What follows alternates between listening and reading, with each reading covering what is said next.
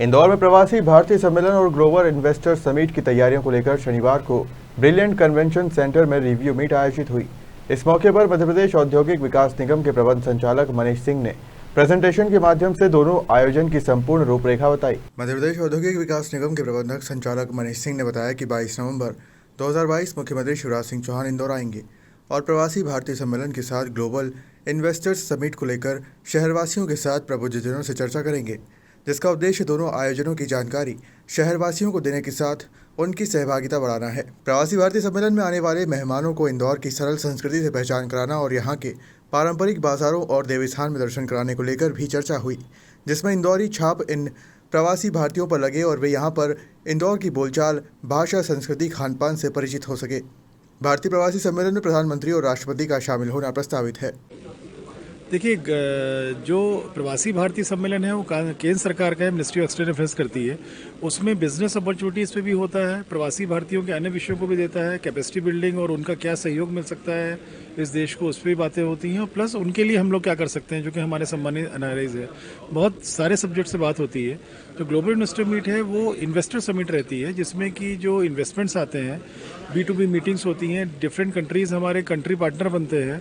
उन कंट्रीज़ के जो ट्रेड एंड कॉमर्स एसोसिएशंस हैं, जो इंटरकनेक्ट है, उनसे चर्चाएं होती हैं और उससे जो अपने मध्य प्रदेश के लोग हैं कैसे उन देशों में व्यापार कर सकते हैं उसके बारे में ऑप्शंस खोलते हैं। B2B B2G मीटिंग्स होती हैं, तो एक अलग प्रोफाइल पे चलता है GIS। दोनों एक अलग अलग अपनी जगह पे प्रोफाइल है दोनों की, और दोनों को हम लोग चूँकि 10 को ख़त्म हो रहा है PPT और 11 को शुरू हो रहा है, तो उसका भी इंटरफेस हम लोग इस तरह से प्लान कर रहे हैं कि मिनिमम तैयारियों में हमारी दोनों चीज़ें स्मूथली हो जाएँ।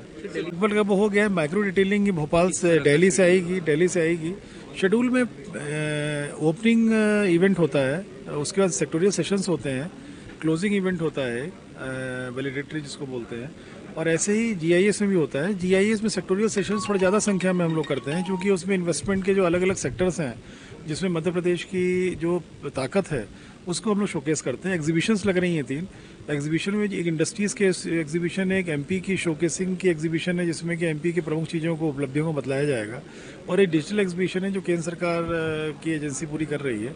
तीनों एग्जीबिशन 8 तारीख से चालू हो जाएंगे और 12 तारीख तक रहेंगे। तो इसके थ्रू माध्यम से भी सभी चीज़ें शोकेसिंग की जो है सुझाव दिया। और इंदौर के लिए ये आयोजन कितना ऐतिहासिक होने वाला है? निश्चित ही इंदौर को ये सौभाग्य मिला है, और आज इस बैठक में सारे प्रशासनिक अधिकारियों के साथ साथ जो लोग इसमें लगे हुए उनके साथ साथ में सारे हमारे जनप्रतिनिधि भी यहाँ उपस्थित थे, और सब ने मिलकर के संकल्प लिया है कि हमको इस आयोजन को ऐतिहासिक बनाने वाले हैं। साथ ही साथ हमने सुझाव दिया है कि इससे शहर को जोड़ा जाए। संपूर्ण प्रशासनिक अमला माननीय मुख्यमंत्री जी के नेतृत्व में और लगा हुआ है ही, पूरी तैयारी आज उन्होंने यहाँ प्रेजेंटेशन दिया है, किस प्रकार की तैयारी हुई है, क्या हुआ, आगे क्या करने वाले हैं।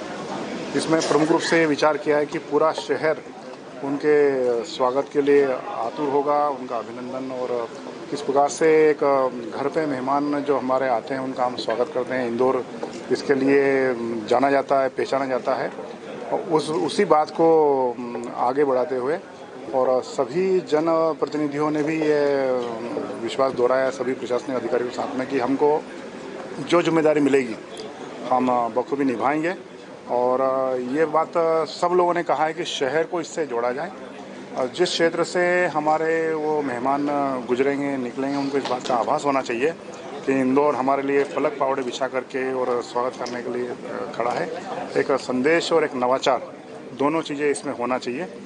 ये हम सब ने मिलकर आज तय किया। अच्छा, इंदौर का जो मेन एरिया है, एयरपोर्ट की बात करें, सुपर कॉरिडोर की बात करें, उससे इंदौर विकास प्राधिकरण ने एक थीम तैयार की। क्या किस तरह की थीम रहेगी बोलते हैं? सारी संस्थाएं, चाहे वो व्यापारी हो या उद्योगपति हो, नगर निगम हो, ID हो, सब मिलकर के अपने अपने इस कर्तव्य को निभा रहे हैं।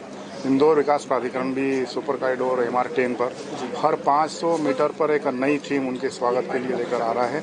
हमारे सारे अधिकारी और सब लोग उसमें लगे हैं। अभी 1-2 दिन में आपको आमंत्रित करेंगे, आप देखने आइए उसको और अपने सुझाव भी दीजिए। ऐसा नगर निगम भी लगा है, ऐसे ही हमारा संगठन भी लगा है। हमारे अध्यक्ष जी ने भी नगर के और ग्रामीण के अपने कार्यकर्ताओं को उपलब्ध कराने की बात कही है। ऐसा हर वर्ग उनके स्वागत के लिए आतुर है और उत्साहित है।